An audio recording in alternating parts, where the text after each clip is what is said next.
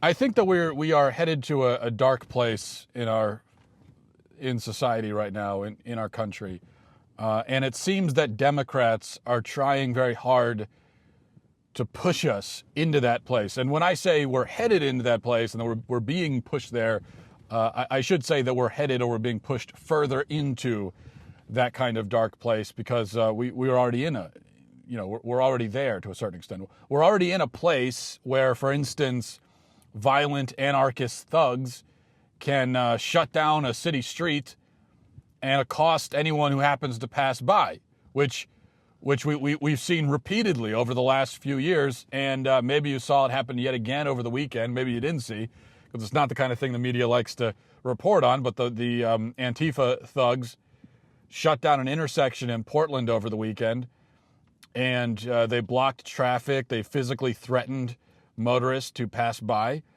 At one point, I was just watching the video where they chased down an elderly man who was simply, it looks like he was just trying to drive through. He was just trying to get by.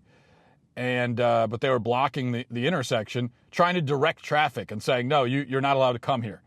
And so this guy just tried to get through, and they chased down his vehicle, and they started beating on his vehicle with batons while screaming, like right in his face, screaming obscenities at him.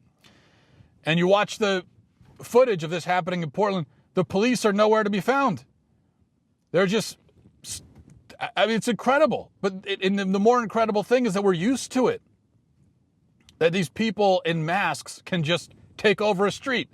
And if you try to walk by, they'll just beat you up. And the police are just letting it happen. Maybe because they're told to let it happen. Whatever the reason is, the law enforcement decided to give these domestic terrorists free rein for the afternoon.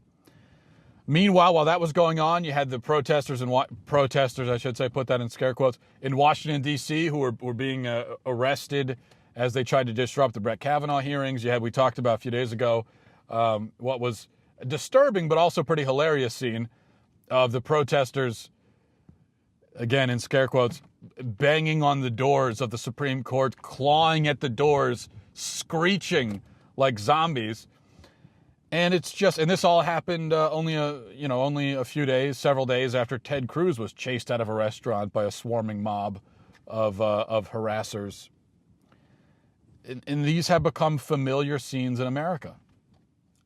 And the thing is, when we talk about the Democratic response to all this, it would be too generous to say that, well, Democrat politicians have been silent in the face of all this. No, they haven't been silent at all, actually. Silence would be an improvement over what we've seen from a lot of these people. They've actually encouraged it. Remember what Maxine Waters said infamously to her supporters a couple months ago. She said, whenever you see somebody in the Trump administration, you see a Republican, create a crowd and tell them they're not welcome anywhere. That was her direct quote from her. They're not welcome anywhere is what she encouraged her supporters to say and to do.